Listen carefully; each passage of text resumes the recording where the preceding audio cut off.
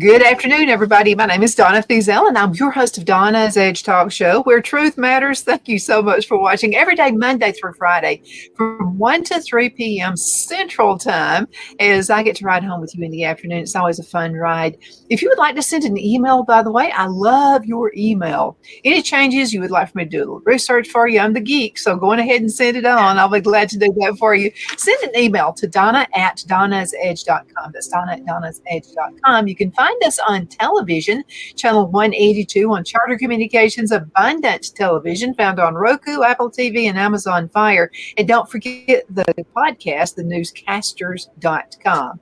Well, I have another talk show host with me right now, Julia Christine. Hey, girl, how you doing? Hey, I'm great. How are you doing? Well, doing pretty good. To Good. meet you through a mutual friend, Deja Lee. And so you were in Alabama, and wow, it was awesome. I'm so glad I got to meet you. I know. It was nice meeting you too. It was really fun. It was an amazing trip. Yeah. Now, I bet it was. Now, did you drive it or did you fly it? I flew. So it was, Okay. I had a layover. So it ended up being about a 5-hour trip, but I don't mind. I'm an easy traveler. Not so shabby. Yeah, So where are you? Where do you live? Where are you from? I'm in Brooklyn, New York. And I love it. It's an area called Kensington, and I'm about a mile below Prospect Park, which Prospect Park, I say that and people think, okay, you're in the city, it's a little park, but Prospect Park is maybe a third of the size of Central Park, but there's a huge lake. You can get lost in the trees, and it literally, I feel like I live in the best of both worlds because I can be out in nature. I'm obsessed with trees. I love the planet, and so I get to have that and also be in the city. I love being able to walk through my neighborhood and hear 5 different languages being spoken, and the culture is rich and expansive, and I love it. I love it so much. Oh, yeah, you are lucky. And I've actually been in your neck of the woods. I've taken Oh, yeah? several trips out there. Yeah, it's been a lot of fun. I almost moved to New York once. And Really? but I had a 15-year-old son at that time. It was a company I was working with, and they wanted to transfer me out there with this Southern accent out there. So I would have had fun, but I just thought best just to keep him in a small town close to family. You know, at that age, they could be a little quirky. So anyway, that was 30 years ago. But anyway, it was also a very different place 30 years ago. So it was probably the wise move. It was. I was amazed how all the business trips, I would just go walking by myself out, and go to Times Square and all those places. It was a lot of fun back then. So let's talk about you. So what do you do? What's the podcast about? Well, I am the host of the Life After Breath podcast, and it is a daily podcast where we get usually between 5 to 8 minutes every morning just to kind of kick off your day with a little bit of motivation and some breathing. Now, I don't profess to be a breath work facilitator. Breath work as a practice is an amazing thing where you can boost your energy. It can change your heart rhythm. It can do amazing things, but I'm not a doctor. And so I don't profess to do that. My intention in starting your morning out with breathing is literally to just take a moment for yourself. Usually in this fast-paced world, we're up and we're out and we're like, what's on my to-do list? It's like one of the first things you think about when you wake up. And it doesn't have to be that way. I have a practice called the 7-minute morning where literally I encourage you to wake up, open your eyes, and just say good morning to yourself, and then look out and start being grateful. And if you can take the first 17 seconds of your morning in gratitude, it changes the trajectory of your day. Instead of waking up and going, oh, another day, you've just set the tone for your entire day. But if you can wake up and say, wow, what a great sleep. Oh my gosh, I love my bed. My pajamas are so comfortable. All of a sudden, you are unintentionally almost setting yourself up for a very, very positive day. It builds momentum. And so then taking that into the living room and sitting down and taking a couple of deep breaths. All I usually encourage people to start out with is 3 minutes. You can afford 3 minutes. And it's fascinating having just slept for 8 hours, hopefully, sitting on the couch and taking 3 minutes to breathe. You're calm, you're in a relaxed state, and it's like you're level-headed and ready for your day. And there's reasons why I believe that too, which we can get into if you want to. But that's what the podcast is largely about. I also have a 15-minute segment on Tuesdays that is, I call it Talk It Out Tuesdays, where I just provide advice. Usually I talk about the things that are going on in my life and the things that I'm learning and how I'm healing. And like, for example, last week's was about fear. And I have this really interesting theory about fear and how to face it and get through it. And so we spent 15 minutes talking about that. And then on the weekends, usually about every other weekend, we go to the lab. Get it? Life After Breath. We go to the lab and I have interviews like this with amazing people who've had pretty phenomenal journeys and have some wisdom to offer us. Let me tell you, it's all amazing. And I wanted to mention this about breathing because the mutual friend we have is Deja Lee, and she's an author and a speaker and an amazing lady. So I have asthma. Okay. And so she helps save my life. I'm just going to tell you because I'm into the natural approach on everything. Right. Being a talk show host, you really need to be able to talk and not cough. Yeah. It's really important. So she was on the show one day and she said, "You're not breathing." And I said, "I'm alive, I'm breathing." And she said, "You're not breathing the proper way or you wouldn't be doing this." And so I went to an asthma specialist, and the asthma specialist wanted me to buy this machine. And I kind of had this weird thought about that. I'm thinking, I'm going to be just like my stepfather who was walking around with this machine the rest of my life, Right. And because he was a smoker and all that stuff. And so she said, no, all you've got to do is just do these breathing exercises. You need to exercise your lungs. And I'll just have to tell you that and ginger root has actually saved my life. Absolutely. Ginger root's so good for you in so many ways. It's really good for your gut health too. Natural approach is best for everything. Let's talk a bit about fear because we're in a world right now, and you just brought that up, and I am so glad you did. Yeah. So we're in a world right now where everybody's afraid of everything. Like nobody is enjoying their life anymore, except maybe you and me and a few others sprinkled in there. So you can't live your life on fear, can you? No. And unfortunately, we are surrounded by a fear-based society. Let's just be honest. Keeping us in fear keeps us controllable. I'm not going to lie. It keeps us malleable. It keeps us working. It keeps us running ourselves ragged. And I get it. I really do. In the system that we have set up, I get it. It makes sense. I think so. My approach to just about everything is to get curious. Now, curiosity, I feel like there's a fine line. You need to make sure, and I don't use that word lightly, the word need, that you're not approaching your curiosity from a place of judgment. It's so easy for us to be like, why would you do that? Julia, I can't believe you did that. You wasted the whole day.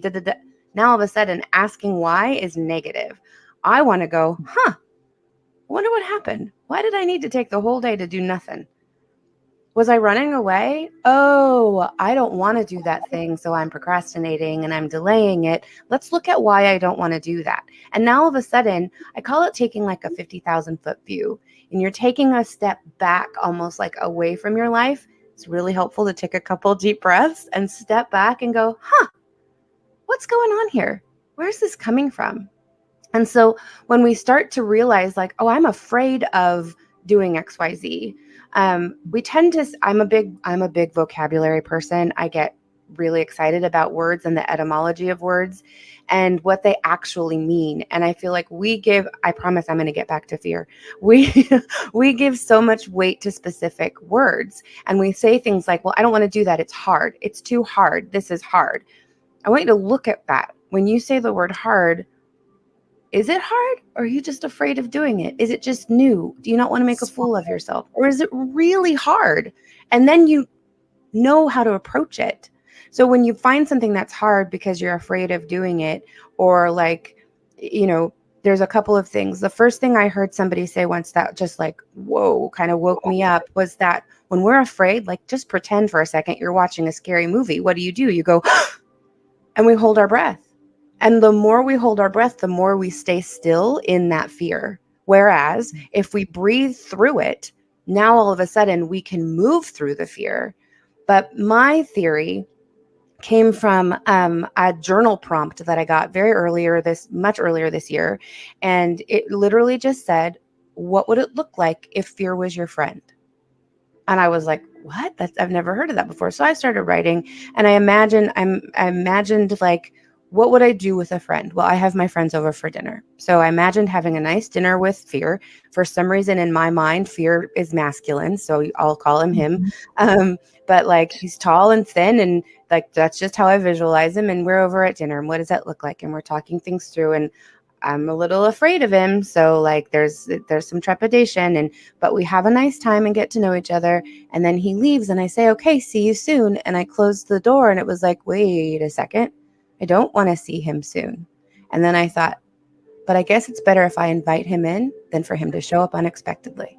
And it was like, huh, that's interesting. So the next time I looked at this again, we were having a game night. And so I'm sitting there, I'm playing chess in my head. I don't know how to play chess, but me and Fear, we're having a great time playing chess, and he had to get up and leave. And so he leaves the table and he goes, and I said, all right, I'll see you later. And it was so funny because we'd been laughing playing chess, and he turned around and we did one of these like little gun fingers, and we were like, not too soon though. Like, and now all of a sudden we were laughing about it. A couple of weeks later, I was doing a session, like a healing session with someone, and she said something to me. She asked me permission to do something. And for some reason, I was really afraid of it. And I was like, there's no reason for me to be afraid of this. I'm safe. I'm protected, all of those things. And I just thought, okay, interesting. And so what I did was, but wait, remember, fear's my friend. So it doesn't have to be scary to go through this fearful thing, whatever this is. So I invited Fear in, and I said, hey, let's get through this together. And I literally imagined, like, sometimes when you're visualizing this stuff, you know, you can allow your visions to like take you instead of like, I'm going to think about this. And all of a sudden I was walking through a field of wildflowers with Fear. Like, I just saw our backs like walking through this field. And that's what it felt like while she was this thing, whatever it was that I was getting through. We were walking through it together as if it were a field of flowers.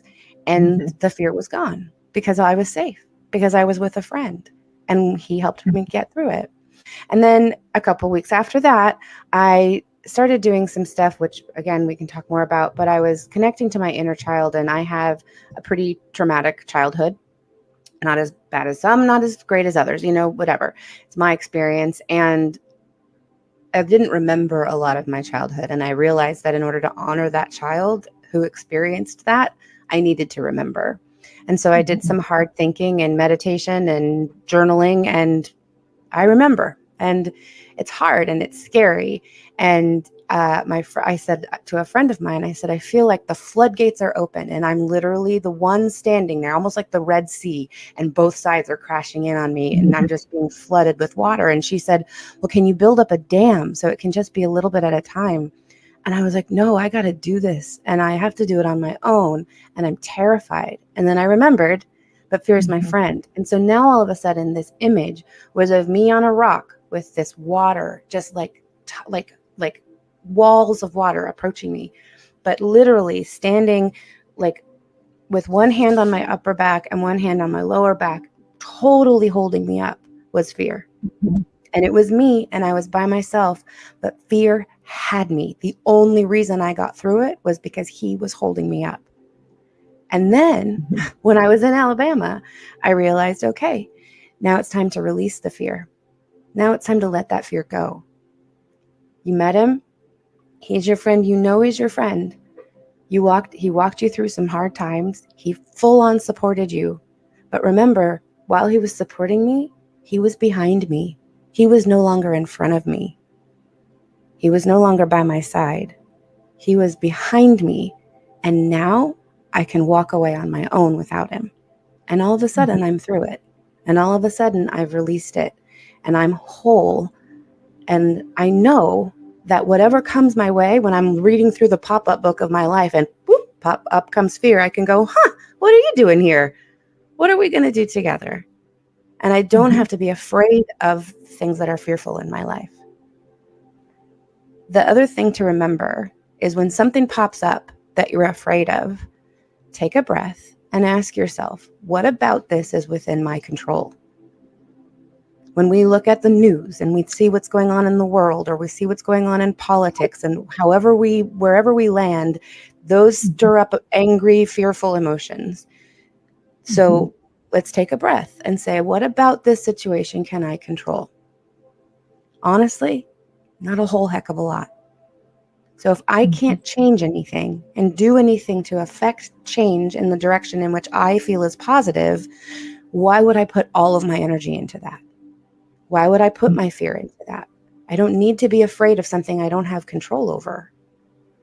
And you can take a breath and then do the small things that you can. For me, I want to spread peace and love into this world. And so that's what I'm going to do. I want to educate people about the things that I believe in. I don't want to criticize them for their beliefs. I don't want to spread that kind of hatred and add fuel to the fire of conflict. I'm going to take a deep breath and I'm going to say, well, here are my beliefs, or not. Or I can be like, you're welcome to yours, and we can still be friends. And we don't have to be afraid of each other. We don't have to be afraid. Like we build this up into something. And that's when I was actually talking to another friend about something different, but it's the same situation where ask fear, why are you here? And in a situation like that, I would bet he would say, I don't know. You brought me here. I don't need to be here, because there's really nothing to be afraid of. But you want me here, I'll support you. Let me ask you a question about fear. Is fear important to help us move up and grow to the next step? Do we learn from fear? Absolutely. So is fear important in order to grow? Fear is natural. Fear is a natural emotion that you are going to encounter. We are so afraid of what we're afraid of. Do you know what I mean? Like whatever it is that you're quote unquote afraid of, we're afraid to like face that and to look at that. And that's the part that's important. If you want to heal and you want to grow, you have to feel it. Our dear friend reminds me all the time, you have to feel it in order to heal it. And so, yeah, you do have to feel it. It's not that fear itself is important. It's that all of our emotions are important for us to face and to move through. Now, I'm going to tell you, growing up and with my background, we were not allowed to get angry. We were not like, those are not emotions. Those are not positive emotions. But I'll tell you something. Anger is an amazing emotion, because when you get angry, you know your body is like your heart starts beating fast, your stomach gets all twisted, whatever it is. And all of a sudden you can go, whoa, I am reacting to something. I am mad about that. What is that about? And you can get curious. Instead, we fester in this anger and we stay there. And like, that's not the point. The point is to be like, oh, okay, I'm feeling this. What does that mean? What can I do? I don't like feeling like this. So what's the next best feeling step? When you're feeling lost in despair and completely out of control, what feels better than feeling out of control? Being mad about feeling out of control feels a heck of a lot better than helplessness. And so I'm going to encourage you, get mad. Get mad. Don't stay there, but get mad for the day. And then the next day, what feels better than anger? Maybe it's resentment. Okay, spend the day feeling resentful. What feels better than that the next day and the next day? Because you can't get to here from there, you know? And so we can't just say, oh, come on, I know you're depressed, but put on a smile and you'll be fine. No, I'm sorry. Love you, mean it. That's not how it works. You got to work your way up. You can't get there from here. So what feels best? What feels better? What feels better this day? What feels better in this moment? And we can use and actually, I believe we are supposed to use our emotions and those feelings as a navigational system to lead our lives. Ooh, this feels really bad. Okay, don't do it. This feels really great. I love when I do XYZ. It just makes me smile. I don't know why. There's no reason behind it, but damn, does it feel good. And it's like, then do it. Do more of that. Do more of what brings you joy. So I went off on a little bit on a tangent, but yes, it's important for us to feel our feelings. The other thing about when you talk about healing and growth, when you say you need to be healed, it makes it sound, or that you need to grow, it makes it sound like you need fixing. And you do not need fixing. None of us need to be fixed. What happens when we, let's say, need to heal? Imagine if I literally had this epiphany at Dejolie's place. I cut my toe. And I woke up one morning and I was working so hard on healing from this trauma, from this past, la, la, la. And I was like, wait, if I don't need fixing, then I need to come to terms with it, what it means that I need to heal. Because that's what we try to do, is do something to make ourselves heal. But what does a cut on your foot do? I woke up in the morning and I looked at my toe and I was like, it's healing. What have I done? Not a damn thing. It's going to heal on its own when I allow it. My trauma is going to heal. I am healing from my trauma because I am looking at it. I'm recognizing and acknowledging that it's there. I'm allowing myself to feel those feelings. I got mad. I got mad at my attacker. I got mad at him. And like, I don't like living. I'm not a mad person. I'm not an angry person. But I had to get through that. I had to feel that, just like I had to feel the fear. And then I don't have to ever understand. And I can remember that just because I forgive a person doesn't mean that what they did was okay. It does not mean that they are a good person. It just means I need to forgive you so that I can move forward in my life and allow the healing to take place. I don't have to do anything. I got to get out of my way. That's extremely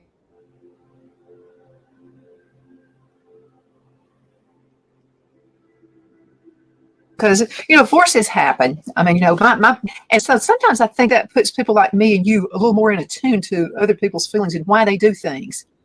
Because it's easy to release it. It's easy to let it go because you get, I was born in that kind of, but let's talk about divorce for just a few minutes. Okay. So all of my friends know I had probably the most weird divorce on earth. So we decided to just, end it because we had a son. We even went to the same attorney because it was supposed to be separated for a year. I think anyway. that's awesome. Go ahead. I had my house. He had his. But my parents went through a really, really nasty divorce. And my brother and I vowed to each other that if we ever went through a divorce, we would not put our kids through it. Right. Nothing like that. Our kids would have to be number one. Their feelings would have to be number one above anything else.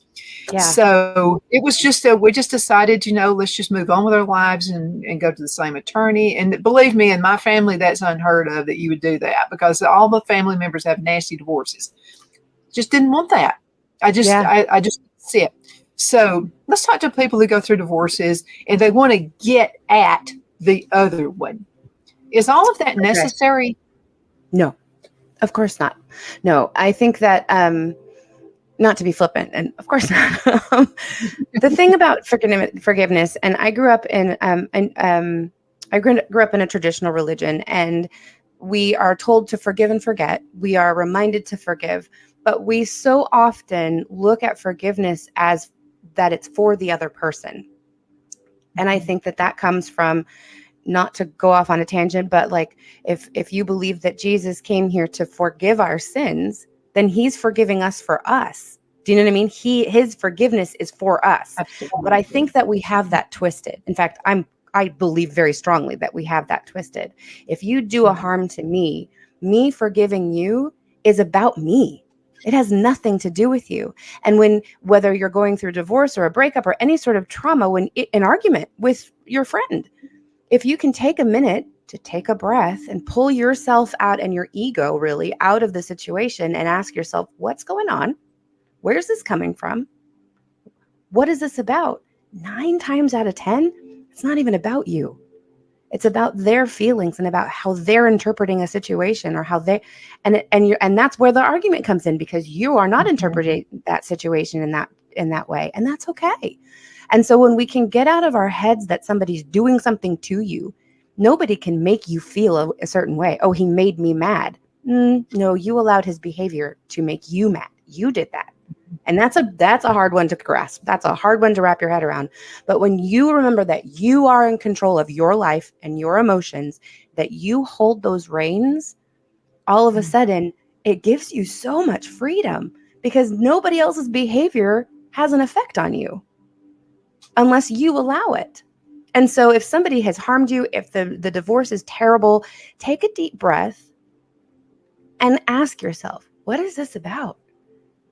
I'm feeling very insecure about this. I'm feeling very attacked about this. All of those feelings are valid. I'm not telling you that you getting somebody making you mad, quote unquote, isn't valid. You're allowed to be angry, but it's scientifically proven that emotions, anger, tears, whatever it is, it takes our bodies scientifically 90 seconds to process an emotion. So from start to finish, I'm angry, I'm pissed off, to I'm not angry anymore, really only takes 90 seconds. But we hit replay and replay and replay and replay, and we hold on to those emotions. And usually, no offense to anybody, I do this too, it's a human thing. Every time we play it, we dig ourselves in a little further and we justify our actions a little bit more. And all of a sudden, the truth of the whatever happened is a little skewed in our favor every time we replay it.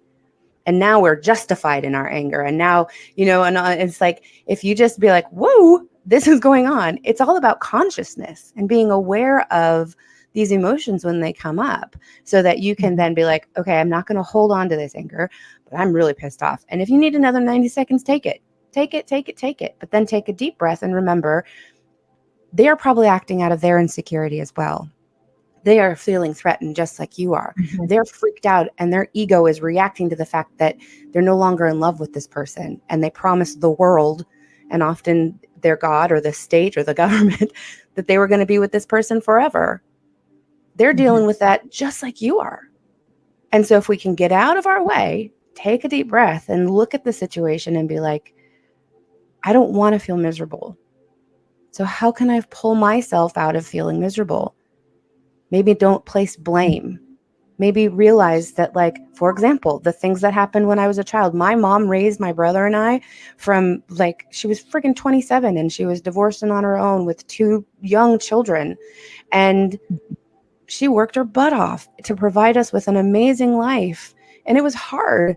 And we were in daycare 24/7 because she had to be at work. What else was she going to do? I cannot blame her for my abandonment issues. You know what I mean? Do they come from her and not being there? Absolutely. But I'm not going to blame her for it. And I could be pissed off and blame her for not being there for me. But why would I do that when I know she did everything she could in her power to be the person that she made the decisions that she thought was best. And your spouse that you're divorcing probably did too. People rarely do things to hurt other people intentionally, especially people that they're supposed to be in love with.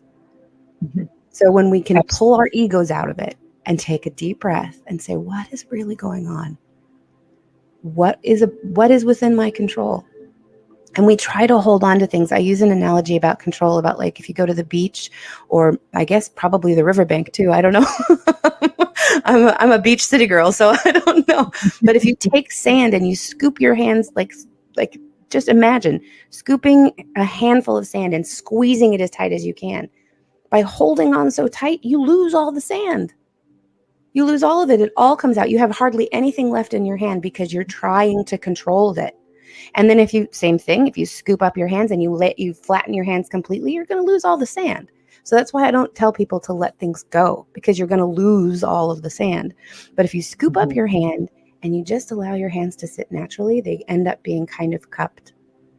And if I just let things be, I'm going to hold more sand than if I'm trying to control it or if I'm trying to completely get rid of it. I have more control of every situation and of myself when I allow things to be. That's an awesome analogy. We have to go into a commercial break. We'll be right back in just a few minutes.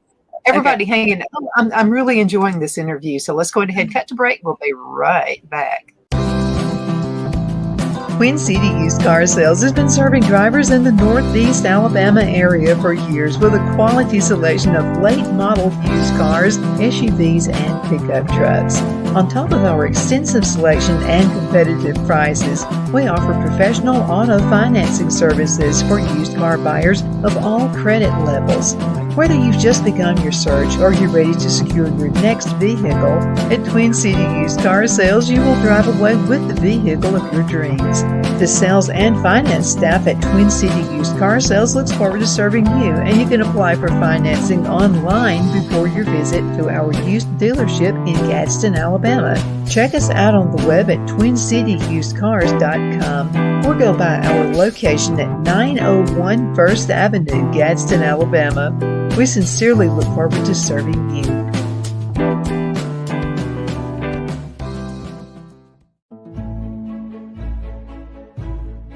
The Hatter Cafe and Country Inn is nestled in the northeast corner of Alabama the Beautiful in the delightful town of Mentone. We're located on top of scenic Lookout Mountain near Little River and DeSoto State Park and located only 5 minutes from shopping and restaurants. There is also a nearby community walking path and golf course. We welcome everyone through the doors and we are committed to outstanding service for all guests. At the Hatter Cafe and Country Inn, we invite people from all walks of life to come and get away from it all, enjoy the open spaces, treetop views, fresh, clean air, and experience Southern hospitality at its finest. We look forward to hosting you. To reserve a special event, or if you would love a special getaway at the Country Inn, you can call us at 256-634-2018.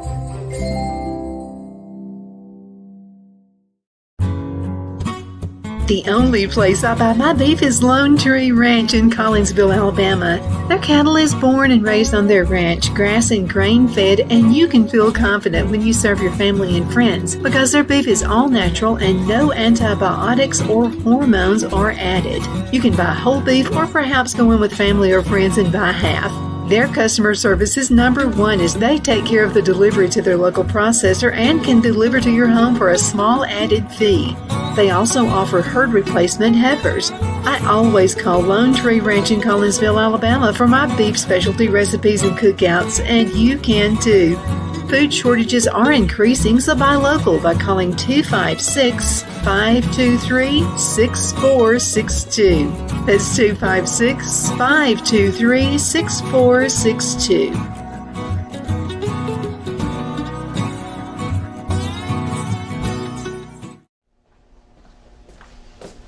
Are you ready? We all wonder what tomorrow will bring, but the future lays itself at the feet of the prepared and surrenders to the will of the persistent. It's not easy, but today shapes you so you can shape tomorrow. With Northeast Alabama Community College, when the future asks if you're ready, you can answer yes. Begin your future at Northeast Alabama Community College.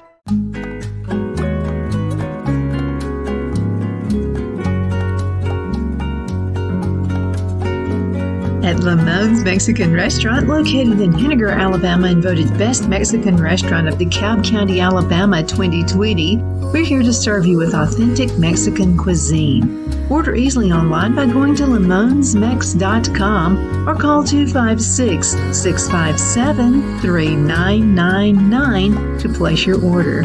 We're open Sunday through Thursday, 11 a.m. to 9 p.m. and Friday and Saturday, 11 a.m. to 10 p.m.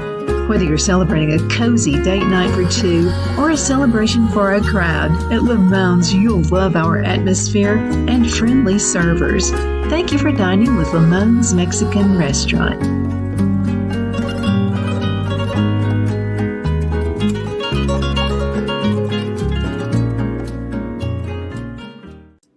We're back. My name is Donna, and I'm your host of Donna's Edge Talk Show, where truth matters. Thank you so much for watching every day, Monday through Friday, from 1 to 3 p.m. Central, as I get to ride home with you in the afternoon, or anytime you want to watch this. We're on all social media sites, by the way, as well as television and a podcast as well. So you can check all those things out at the end of this show. I have Julia Christine with me right now. Julia, it's so good to be with you today. You are saying all the other things that people are thinking. Yay. I mean, really. All the fear stuff going on, I don't know. I just have this thing, and I think it's from the enemy, where the enemy wants to separate us. That's his whole thing is division, keep everybody apart. And then that way I can rule over people a little bit better. I'm just not into that. I have differences from most of my friends, but this is the way I handle it, especially when it comes to social media. Right. And, sometimes people will post something on Facebook, and if I disagree with it, I just go past it and go on to something else. I mean, I just can't, because that person has their belief and I'm not going to change their belief. Right. But I have friends sometimes who will say, I can't believe you believe that way. And it's almost like they're trying to trick me into fighting with them. And I'm just not going to do it because I like them too much. They're my friends. So Right. I will just say something. I love you. That's all I do. I love you. And I really mean it. I'm genuine about it. I really mean it. And then they may try to persist and see if they can do it. And I'll say, look, I'm not going to let the enemy divide us because I love Right. you as a friend. And that's just the way I do it. But I wanted to ask you, okay, so there's this thing called pride, and there's also this thing called ego. Are they the same thing? So I think that pride is ego. If nothing else, it comes from ego. And I have a little bit of a different idea probably about both of those things, but definitely about ego. I think that we talk about somebody being like egotistical or egocentric and something, then like they have a big head and they think way too highly of themselves. I want to encourage people to think of ego as a little bit differently. A lot of times that's confidence. A lot of time it's insecurity, where people like have to think that they're somebody bigger than they are.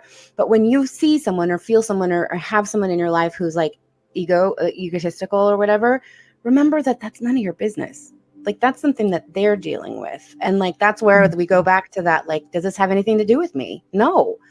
So that is who they are and what they're going through. And I can hold space for them and allow them to go through that or not. And that's my choice, how much time I want to spend with those people, because that behavior affects me and sends me off. Okay. So then I'm going to put a little bit of a distance between us, or have a conversation with them and say, what's going on? Because this is not who you are. You're amazing. You don't have to pretend to anybody else that you're more amazing than you think, like that kind of thing. I believe that on an individual level, our ego is that voice in our head that is like, oh, don't do that. Oh, no, you can't do that. Or you wake up or you put on some clothes and you're like, you've gained weight. You're fat. You're this, you're that. And a lot of times people call it like a negative voice in your head or stuff like that. But scientifically, again, it is proven that our brain only knows what it knows. Thinking about the future, it can't grasp that. And so when we want to try something new, or when we are putting on a new outfit and we don't know how we feel about how it looks or whatever, our brain literally goes through like the file cabinet of the last time we wore a new outfit and felt totally stupid when we went outside. Don't wear that outfit. Remember this? You're going to look stupid. You're going to look fat. You're going to hate yourself by the end of the night. And so we like have those feelings. And so I've heard people talk about like how it's like they'll use, I don't know if you curse on your show, but like they'll use, the evil voice in your head, or the negative Nancy, or the bad roommate and things like that in your head. But actually, if your brain is literally, your ego is going through a Rolodex of things to prove to you what could go wrong because it wants to protect you. Do you know anyone who doesn't like you, who's evil and nasty to you, that wants to protect you? No. Your ego loves you so much that it's trying to protect you from getting hurt. But that's where you get to be in control and say, thank you so much. Thank you for bringing this to my attention. But you know what? I'm safe. I'm okay. We got this. Go back to your room. You go back to your room. We'll talk later. And then you move forward and you do the things that you want to do. You do the things that are just a little bit scary. But you live the life that you want without this negative voice in your head, because just like with fear, we learn to accept it. We learn to say, thank you. Thank you for trying to protect me. I appreciate that. I don't know if you know this, but I had a massive weight loss transformation. I went from about 300 pounds, size 24, to a size 4. And I lost 130 pounds. And in doing that, I would still look at my body at 100 and, having lost 130 pounds and see the body from before. Like literally, it was crazy. I knew I was in a completely different size. I was buying the clothes. But when I looked at myself in the mirror, I still saw the overweight girl. And I had to start loving my body and thanking my body for protecting me all those years. I put on weight for protection. And once I started loving myself and literally physically touching the parts of my body that I never wanted to accept and thanking them for being there, my body started to change. That skin started to tighten. Like I literally was able to accept myself. And now I look in the mirror and see what's actually there. And it's a process, but we have to remember our body functions the way it does for a purpose, for a reason. We know that it's all the archaic, like fight or flight modes type of thing. We don't necessarily need that as much anymore, because what are we actually threatened by? Social media, somebody else's opinion. Like we're not, running from dinosaurs and tigers anymore. You know what I mean? We literally don't have that much to fear, but it is in our nature to be in that fight or flight mode. And so more often than not, we're fighting ourselves. So what if we started loving those parts of ourselves and saying, it's okay. I got this. I'm in control. You can go back to your room and we'll talk about it later. We'll talk about it afterwards and see if you were right. You probably aren't. Trust me. And then you do it. And you want to know something? When you take a leap and when you do something, I want you to be proud of yourself. I don't think pride is that bad of a thing. If you're trying something new, if you're living on the edge, if you are chasing what brings you joy to live the life that you want to live, I want you to scream that from the mountaintops. I've helped a lot of people lose weight. I want them to scream their successes every step of the way, not just wait till the final goal. Like, let's celebrate ourselves. We've been told that that's not being humble, that that's being too prideful. No, that's loving ourselves. I agree with you. 100%. Completely different. But I think that, I don't know. I don't know why pride has been so negatively looked at. I should do some research in the etymology of the word. I totally agree with you, because I think there has to be some pride. I think the whole word is taken. And maybe we need to know the original meaning of the word. That's what I mean. I'm not sure that means that you should just, lay around, not fix your hair, not dress up at all. I think, because I think our appearance, I think that the way we present ourselves to other people is respectful to them. Like the woman who really fixed up before she married the guy. Then when she marries the guy, it's totally different. We continuously be trying to, that's our soulmate. I've got a soulmate. And I don't know. I think that causes some of the leering of the eyes of the guy or the woman to look away when we just don't care anymore. Yeah. But see, here's the thing. I think I totally agree with you, except I want to give you a little bit of a perspective shift. And that is what, if our partner stops taking care of themselves, what we actually are not being attracted to anymore is their lack of care for themselves. Not their lack of care. They're not taking care of themselves to look good for me. I want to look good. I put my makeup on today for this because I feel good, because it makes me feel beautiful. And so then I can present myself the way I feel my best, not because I want to impress anybody out there. Your opinion of me is none of my business, but I feel great. I love my hair. I love my makeup. I love my sweater. So guess what? I wore it. You know what I mean? But I did that for me, not for you. Love, you mean it, Donna. But I did that for me. And when I think you look awesome. Well, thanks. Promise I wasn't fishing for that, but like if you marry if that woman who like all dolled up, dressed to the nines, trying to quote unquote catch the guy, I would imagine that is an insecurity issue. That when she stops dressing up, when she gains a whole bunch of weight, or she whatever, she's let herself go. Well, I think there's a bigger problem. What's going on? Why don't you love yourself anymore? Why doesn't it matter? Like, you always felt so beautiful, unless you never felt beautiful. And so you piled on the makeup to try to make up for it. There's something else going on with that person, not, she's let herself go. It's so easy for us to sit in judgment when we have no idea what's going on with that person. So, here's another shift. So this is another shift. So something happened, okay, and then the person doesn't care anymore. There's absolutely no pride whatsoever. As the partner, I should dig in and find out why. Is it something I'm doing that makes you feel that way? because the Right. relationship is a two-way. I mean, it's you've both got to work on it. It can't be, well, she's gained weight, she don't care what she looks like anymore. You need to find out why. Is it something Right. that I'm doing that's causing Well, this person to do this? right. I think that there is, yes, I agree with you. I absolutely think it's a conversation. I think communication is so important, and what you're communicating is not just what am I doing wrong, because let's be honest, she's the one taking that action or not taking that action.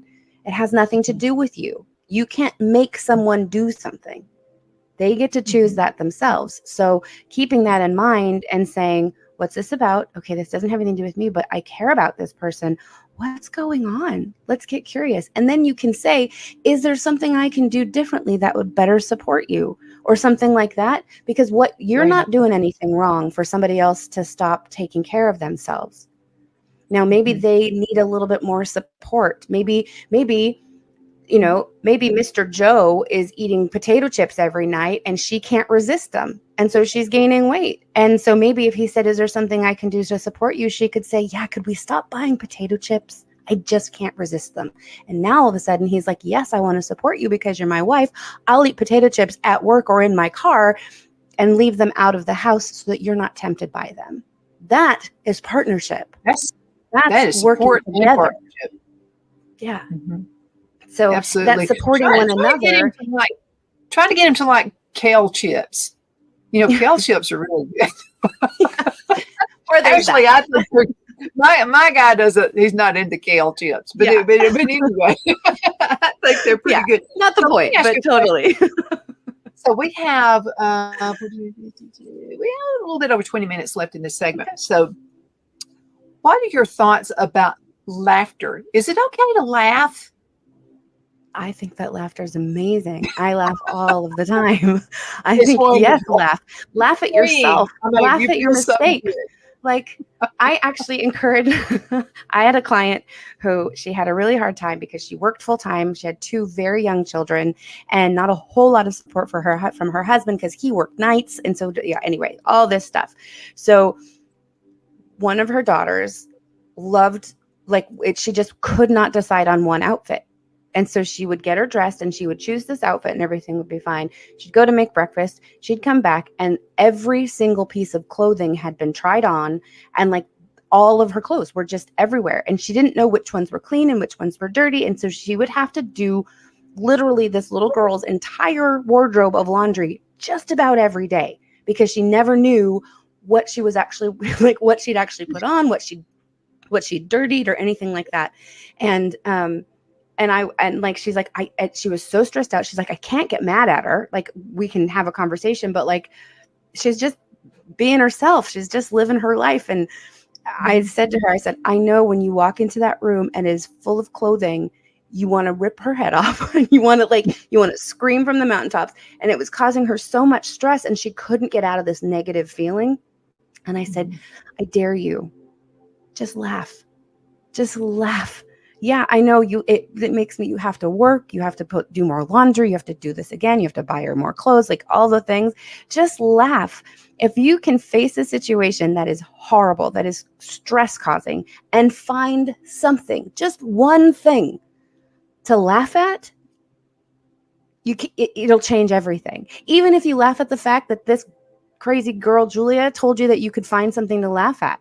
You can laugh at me for thinking that's possible. But there is always something to laugh at. I was with my mom and she was getting a diagnosis from a doctor and it wasn't a great diagnosis. And I started laughing and she's looking at me and the doctor had chocolate on his chin. And I was like, I need something to laugh at because this is not great news. And so I saw his face and I just started laughing. And she's looking at me like, what's going on? And so when I pointed it out, he was so embarrassed. She started laughing, then he started laughing. And now all of a sudden, there's levity to the situation. Does it take the situation away? No. And my mom's fine, by the way. But I had to find something to laugh at. I had to find some ray of sunshine in order for me to take my next breath. You know what I mean?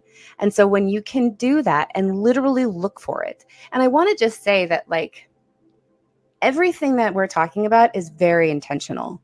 It is very much me being conscious of what's going on, me being conscious of my reactions versus my response, and not there's a term that's floating around that people are using, and it's toxic positivity, and that like, oh, she's too positive, it's toxic.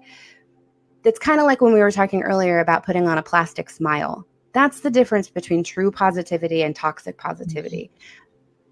Telling somebody that they need to put a smile on their face, even though that they're in the lowest of lows, telling themselves to find something to be happy about. Oh, come on. It's beautiful outside. Put a smile on your face and let's go play. The likelihood of that happening is so small. That's toxic positivity, because now my friend feels worse because she's supposed to be able to find something to be happy about and she absolutely cannot. So that's why I want to tell you, don't reach for happiness if you're in the depths of despair. Reach for that next best feeling, and then the next best feeling, because it's going to feel better than where you are. And that's the point. And then eventually you'll get to the happy. And so that's what's the difference between having a conscious choice. I chose to find something to laugh at because I was going to spiral. And so I knew that if I could laugh at something, it would give me 3 seconds to take some breath and to like catch my breath for the situation that we were facing, versus being like, okay, everything's going to be great, and putting that plastic smile on of like, everything's fine and it's always going to be, and like nobody's dying and nobody's this, and you know what I mean? That's just not reality, and that's toxic, because now we're in avoidance. We're avoiding the feelings. I didn't want to avoid the feelings. I just had to catch my breath. I had to bring some laughter to the room. And then you had to breathe. You had to do a good breathing technique there. Exactly. We have about 7 minutes left in this segment. I would like to hear, no names, of course, but some of your clients. What are some of the successes that you would like to talk about? Oh gosh, there's so many. I've helped close to, if not over 100 people lose significant amount of weight just by being more consciously aware of what they're doing and asking questions. I have a client right now who I absolutely adore, and who I'm helping her quit smoking, and like, that's not easy. And I think that we need to give ourselves just huge amounts of grace to be able to struggle through some of that stuff. But remember that if you can, she's doing phenomenally well. If you can take a breath, it all comes down to breath. That gives you space to like look at the situation instead of just reacting.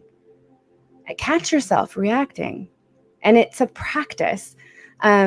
But what I'm asking her to do with the cigarettes, and what I've asked other clients to do with tempting foods, is to, before you just dive into it because I'm stressed out, so I'm going to go have a cigarette, or I'm stressed out, so I'm going to go to that fridge, or I'm like, that's training.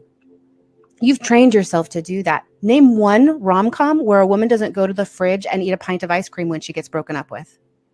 We are trained to do that. That's what we do when we're sad, is we go eat ice cream or we have chocolate. No. You don't have to do that. So before you just do that because it's what you know to do, take a minute. Why am I doing this? Do I really want the cigarette? Do I really want that ice cream? Do I really want those chips?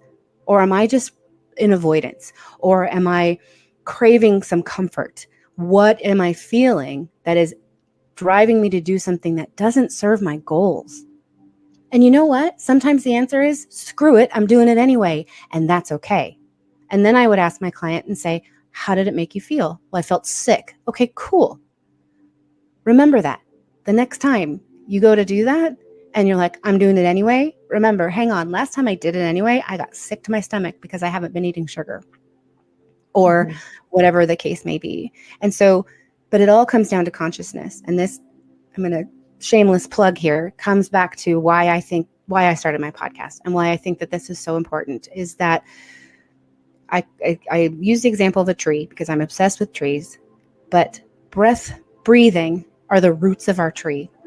And when you practice breathing, like you were saying, conscious breathing, what is happening to my lungs right now? I'm concentrating on the expansion of my lungs and the contraction of my lungs.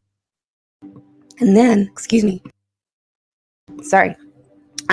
from there, we go into that what it actually does, kind of like behind the scenes, is we're building our awareness. We're building that consciousness, because all of a sudden, before you know it, you're going to be like, oh my gosh, the sky is so blue. I've never noticed that blue of a sky before.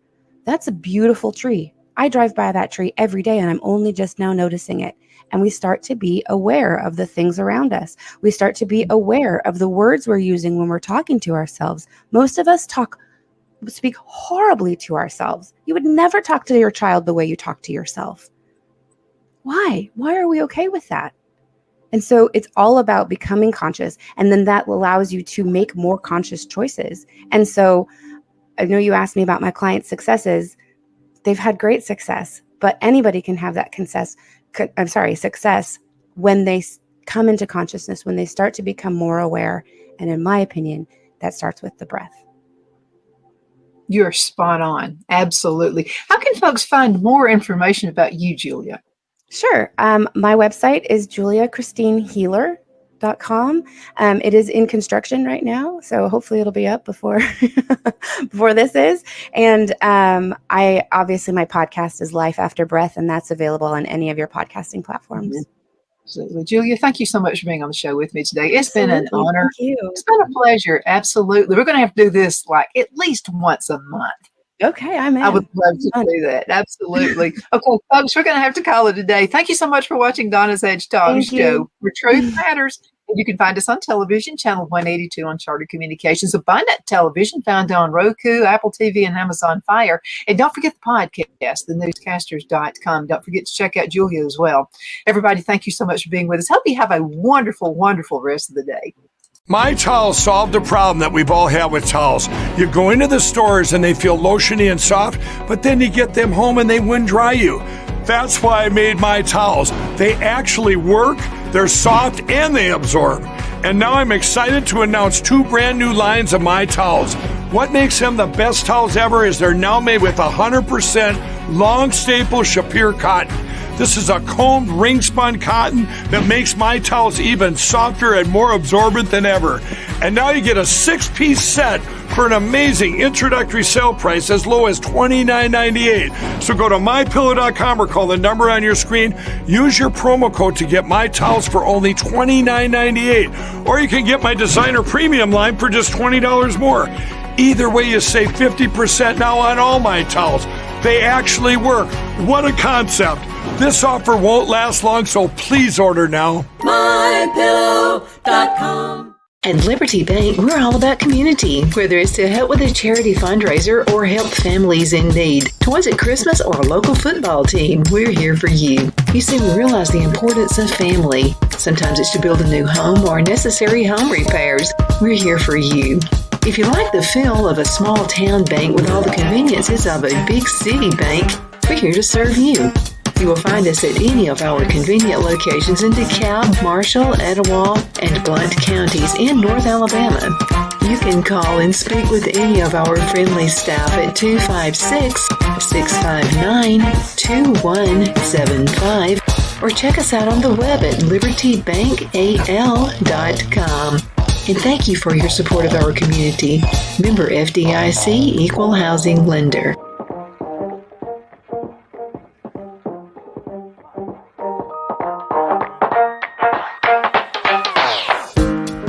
Jeff McCurdy of the McCurdy Law Firm has been a public service of this area for over 10 years.